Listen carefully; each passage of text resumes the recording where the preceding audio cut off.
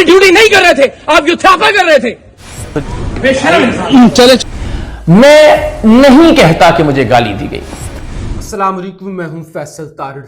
साबका छापामार सहाफ़ी और मौजूदा सियासतदान इकरारुल हसन किस तरह बेनकाब हुए हैं, किस तरह उनका झूठ पकड़ा गया है। जो उन्होंने दावा किया था कि जब वो मलेशिया से वापस अल्लामा इकबाल इंटरनेशनल एयरपोर्ट पर आ रहे थे तो मुबैना तौर पे एक FIA के एहलकार ने उन्हें गाली दी। ये सारा मामला जो भी हुआ आज से ज्यादा मुल्क जान चुका है, लेकिन अब इकरारुल हसन साहब का झूठ कैसे बेनकाब हुआ है, जो भी ताज़ा तरीन उन्होंने 19-20 मिनट की वीडियो की है, इस हवाले से हमने बात करनी है। आपसे गुजारिश है इस यूट्यूब चैनल को जरूर सब्सक्राइब करें। देखिए जी, सबसे पहले इकरारुल हसन साहब सहाफत छोड़ चुके हैं, क्योंकि अब वो सियासत में आ चुके हैं। ARY में वो काम कर रहे थे, वहां से भी छोड़ चुके हैं। तो ठीक है, बतौर सहाफी पेटी भाई होने के नाते बंदा थोड़ा नहीं भी बात करता, बाजुकात बंदा बरादरी का हया कर लेता है, लेकिन जब आप सियासतदान बन गए हैं, आप सियासत में आ गए हैं, तो फिर हमारा काम ही है कि सियासतदानों के हवाले से बात की जाए, सियासतदानों के हवाले से तबसरा किया जाए। बहरहाल वाकया कुछ यूं हुआ कि इकरारुल हसन साहब मलेशिया से वापस आ रहे थे सैर सपाटा करके अल्लामा इकबाल इंटरनेशनल एयरपोर्ट पर।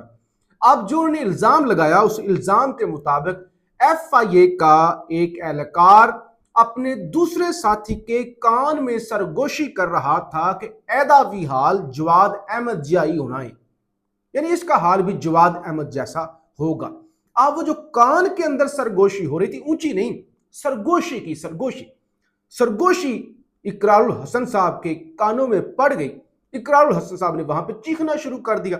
वो वीडियो आ चुकी है जिसके अंदर कह रहे तुम्हारी जुर्रत कैसे हुई, तुम्हारे खिलाफ आर्मी चीफ को एक्शन लेना चाहिए, तुम्हारे खिलाफ मोहसिन नकवी को एक्शन लेना चाहिए, ये होना चाहिए, वो होना चाहिए। चलो यहां तक बात ठीक है। देखिए, ये जो FIA वाला अदारा है ना, हर अदारे के अंदर अच्छे भी लोग होते हैं, बुरे भी लोग होते हैं, लेकिन एयरपोर्ट पर लोगों का कोई ज्यादा एक्सपीरियंस अच्छा नहीं होता। जो सच्ची बात है, जो लोग मुल्क से जा रहे होते हैं, बेशुमार लोगों की टिकटें ज़ाया हो जाती हैं, ऑफ लोड कर देते हैं, बेशुमार इल्ज़ामात और चीज़ें सामने आती हैं कि लोगों से दिहाड़ियाँ लगाई जाती हैं। लोग बेचारे कई सालों के बाद सऊदी अरब से, मिडल ईस्ट से या बाकी ममालिक से पाकिस्तान आते हैं, और ये जो उनकी बदमज़गी और घंटा 2-2 घंटे वहाँ पे रोक रखते हैं। फिर किसी ने जाना हो तो ऐसे इंस्पेक्शन करते हैं, वो चीज़ दिखाओ, मिठाई तो नहीं लेके जा रहे, देसी घी तो नहीं लेके जा रहे, अंडे तो नहीं लेके जा रहे, फलानी चीज़ तो नहीं, कोई महंगी कीमती चीज़ इन्हें पसंद आ जाए तो इस तरह की वीडियोज आती हैं कि निकाल भी लेते हैं। तो कोई आइडियल सूरत हाल इनकी एयरपोर्ट पर नहीं होती। और दूसरे नंबर पे कोई नू लीग से हो, कोई पीपल्स पार्टी से हो, कोई काफ लीग से हो, कोई फौज से हो, और एयरपोर्ट पे वो जा रहा हो तो उसकी हुटिंग करना, किसी प्रोफेशनल जो ऑफिसर होता है या मुलाजिम होता है उसको ये जेब भी नहीं देता, उसको ये करना भी नहीं चाहिए। यहां तक तो बात ठीक है, लेकिन दूसरी तरफ एक सियासतदान, और अगर उस सियासतदान का मौक़िफ़ ये है कि वर्दी के अंदर जुर्रत कैसे हुई, मेरे टैक्स के पैसे लेने वाला बंदा कमेंट करे और कह रहे हैं मैं हर इस चीज की मजम्मत करता हूं, मैं ये करता हूं। भाई, इस मुल्क के अंदर वर्दी के अंदर एक बड़े अदारे का तर्जमान प्रेस कॉन्फ्रेंस करके मुल्क के साबिक वज़ीर आज़म को तू तड़ांग करके बात करता है। तुम्हारी औकात क्या है, तुम हो कौन, तुम कहां से आ गए हो, वो तू तड़ा। उस वक्त जुबानों को ताले लग जाते हैं, उस वक्त बिल्कुल नहीं बोलते। चलें, आपकी अपनी मर्जी, आप बोलें या आप ना बोलें। जरा इकरारुल हसन साहब ने अभी जो वीडियो लंबी चौड़ी बनाई ना, उसके अंदर उन्होंने दावा किया, उन्होंने कहा कि भाई उसने मुझे गाली नहीं दी, उसने मुझे बिल्कुल भी गाली नहीं दी। हाँ, वो सरगोशी कर रहा था कान के अंदर कि एदा भी हाल जवाद अहमद जैसा होना। जरा आप सुने। होता है जवाद अहमद की तरह जलील होएगा।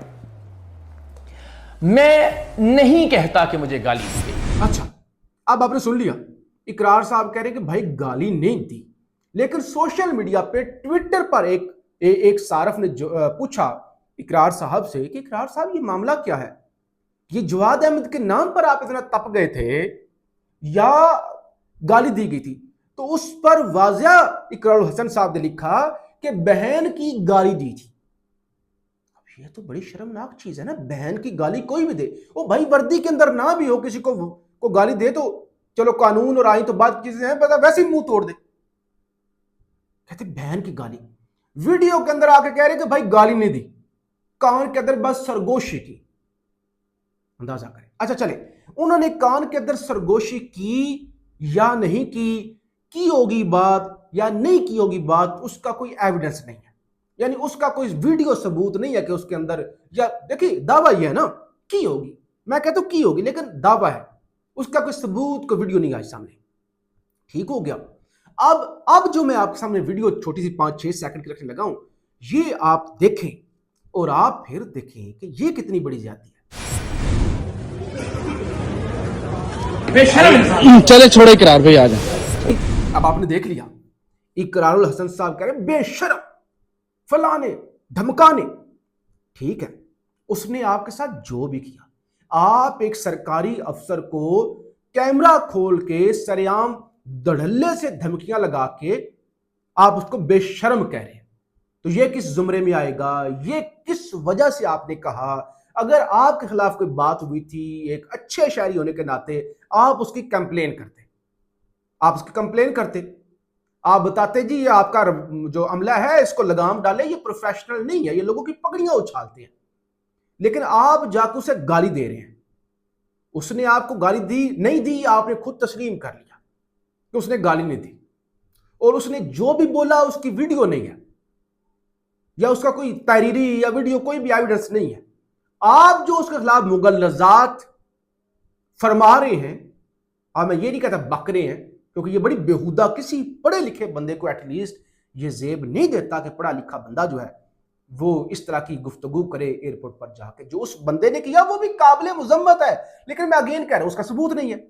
अब जब भी हम कहेंगे, यही कहना कि मुबैयना इकरारुल हसन साहब के साथ मुबैयना बदतमीजी, क्योंकि हमारे पास कोई सबूत तो नहीं है ना, लेकिन जो इकरारुल हसन साहब ने उसके साथ किया वो मुबैयना नहीं है, उसकी वीडियो है। फिर उसके बाद अभी जो इकरारुल हसन साहब ने बेशरम और फलाना धमकाना वो कहा, जो चढ़े हुए थे धड़ल्ले के साथ, उसकी भी वीडियो है, इसको भी मुबैयना नहीं कह सकता। छोड़ दे इन सारी चीजों को, छोड़ दे। फर्ज करें अब लाइटर नोट पर, अगर उस बंदे ने कहा कि आपका हाल भी जवाद अहमद जैसा होगा, तो क्या मतलब आप ये डिक्लेयर कर रहे हैं कि जवाद अहमद साहब नाकाम सियासतदान है, और जवाद अहमद साहब के नाम को आप गाली समझ रहे हैं? पाकिस्तान के एक अजीम सिंगर है, मेरा फेवरेट गाना है, उन्होंने जो गाने गाए हैं जवाद अहमद साहब ने, बड़े शोरे आफाक गाने गाए हैं। क्या क्या गाने हैं उनके जी। मेहंदी की ये रात, आज भी 20 साल हो गए, हर शादी ब्याह पर बजता है, मेहंदी की ये रात बजता है ना। इसके अलावा बेशुमार गाने हैं। ठीक, बराबरी पार्टी के नाम से उन्होंने पार्टी बनाई हुई है।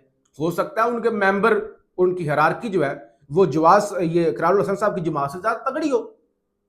तो देखिए, अब मैं आप कहूं ओ तेरी जवाद अहमद, ओ तेरी जवाद अहमद, ये गाली है। यानी जवाद अहमद का नाम कितना अच्छा नाम है, जवाद और अहमद, तो जवाद अहमद कहना गाली है कि बंदा किसी का नाम ले जवाद अहमद, तो ये गाली यानी क्या? यानी ये तो जवाद अहमद साहब की तौहीन है कि उनके नाम को इकरारुल हसन साहब ने गाली बना दिया है।